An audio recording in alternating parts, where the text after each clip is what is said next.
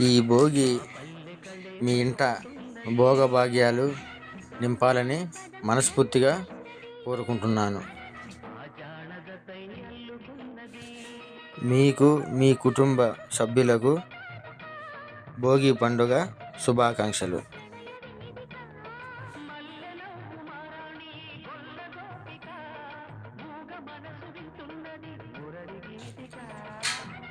మరి ఒకసారి మీ అందరికీ భోగి శుభాకాంక్షలు.